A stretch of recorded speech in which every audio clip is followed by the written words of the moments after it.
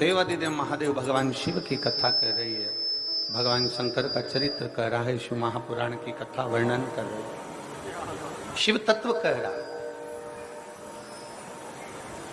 जिंदा हो, जीवित हो, प्राण चल रहे हैं, जब तक शरीर के अंदर प्राण है, जब तक शरीर के अंदर प्राण चल रहे हैं, तब तक भगवान की अविरल भक्ति को प्राप्त कर लीजिए।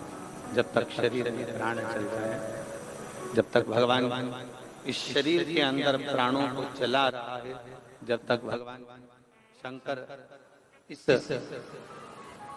शरीर में प्राणों को दे रखा है, तब तक भगवान की अविरल भक्ति को प्राप्त कर। जब तक शरीर चले तब तक भगवान शिव की भक्ति करो। जब तक शरीर चले तब तक भगवान शंकर की अविरल भक्ति को प्राप्त।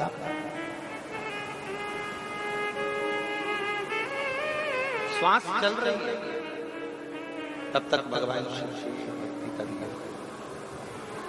श्वास चल रही है जब तक भगवान शंकर की अविरल भक्ति को धारण।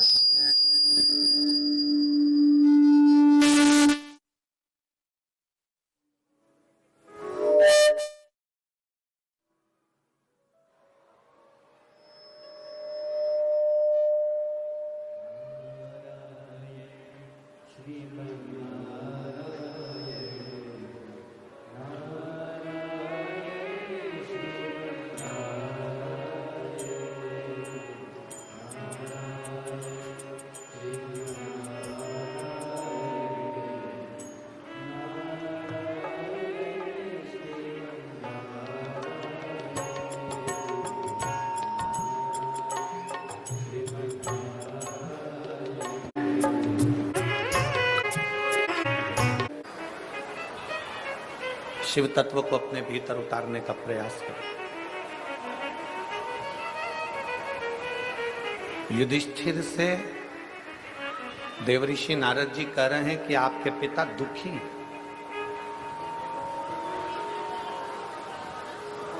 युधिष्ठिर से देवऋषि नारद कह रहे हैं कि आपके पिताजी को वैकुंठ में भी सुख का अनुभव नहीं है।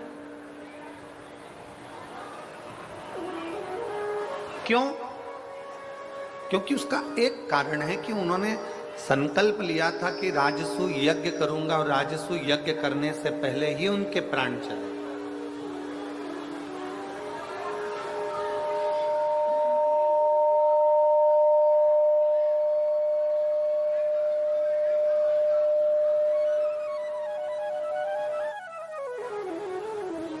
उन्होंने संकल्प लिया था कि राजसू यज्ञ करूंगा, राजसू यज्ञ करने से पहले ही उनके प्राण चले। अब उनको ये बात खलती है, उनको ये बात अंदर से खल रही होती।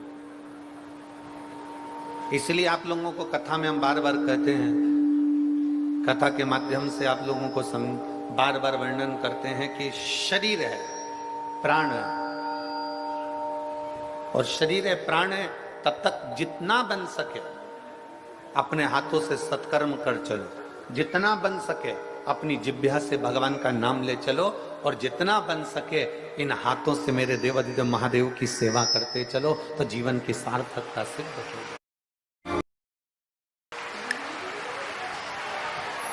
बोल बम का नारा है, जितना बने आपसे जितना, जरूरी नहीं। अभी हमने महाराष्ट्र की कथा में वर्णन किया था, नांदगांव की कथा में वर्णन किया था कि ये जरूरी नहीं है कि आप 24 घंटा भगवान के मंदिर में बैठे रहो।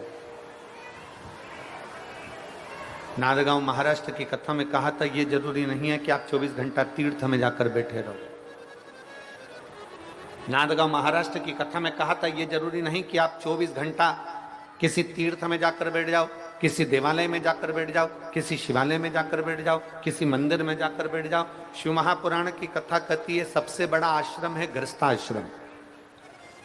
संत 1000 माला जपेगा, उसको जो पुण्य मिलेगा, घर में रहने वाला व्यक्ति एक बार मुख से राम और कृष्ण कह लेगा, उतना पुण्य उसको एक बार में मिल जाए।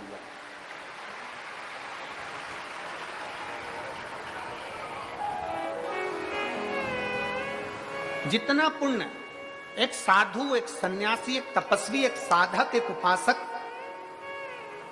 जितना पुण्य अपना घर छोड़कर तीर्थ में जाकर, वन में जाकर, पहाड़ पर जाकर, पर्वत पर बैठकर जितना पुण्य एकत्रित करते हैं, शिव महापुराण की कथा कहती है, भगवान शंकर का चरित्र कहता है, उतना पुण्य घर में रहने वाला एक बुजुर्ग व्यक्ति, घर में रहने वाला एक बूढ़ा व्यक्ति, घर में रहने वाला एक बच्चा, घर में रहने वाली एक बहू, घर में रहने वाला एक बेटा, घर में रहने वाली एक बेटी, घर में रहने वाला एक जमाई, घर में रहने वाला कोई काका काकी, कोई ताऊ ताई, घर में रहने वाला व्यक्ति एक बार अगर हृदय से भगवान शंकर को याद कर लेता है तो उतना ही पुण्य प्राप्त कर लेता है जितना पर्वत पर बैठकर कोई ऋषि प्राप्त कर रहा होता है।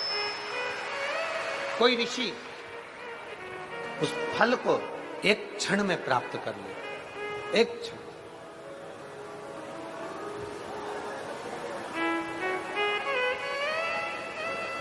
शिव कथा कह रही है,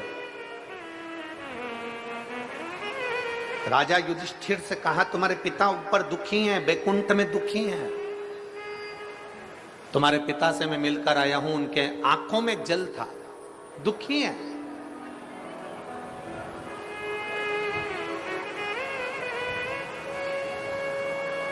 तो फिर निवेदन है, मन का सुखी सुखी है और मन का दुखी दुखी।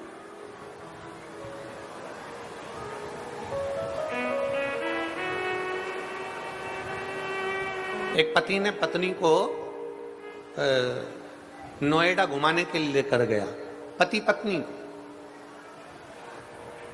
अब वो नोएडा घुमाने के लिए लेकर गया तो पत्नी नोएडा पहुंची, तो नोएडा में जाकर पत्नी ने देखा कि कितनी सुंदर सराफे की दुकान है, सोने चांदी की दुकान है, इतनी सुंदर दुकान है। तो पति ने कहा क्या चाहती है? पत्नी कहती है मुझे एक सोने का हार दिला दीजिए, एक सोने का हार। ठीक है चल, सुनार की दुकान पर ले गए। सुनार की दुकान पर ले जाकर पति ने पत्नी को एक सोने का हार दिला दिया और पति ने पत्नी से कहा सुन, ये हार बड़ा सुंदर है, तू अभी की अभी पहन ले। पत्नी बोली नहीं नहीं नहीं, अभी नहीं पहनूंगी, अभी मैं जरा करवा चौथ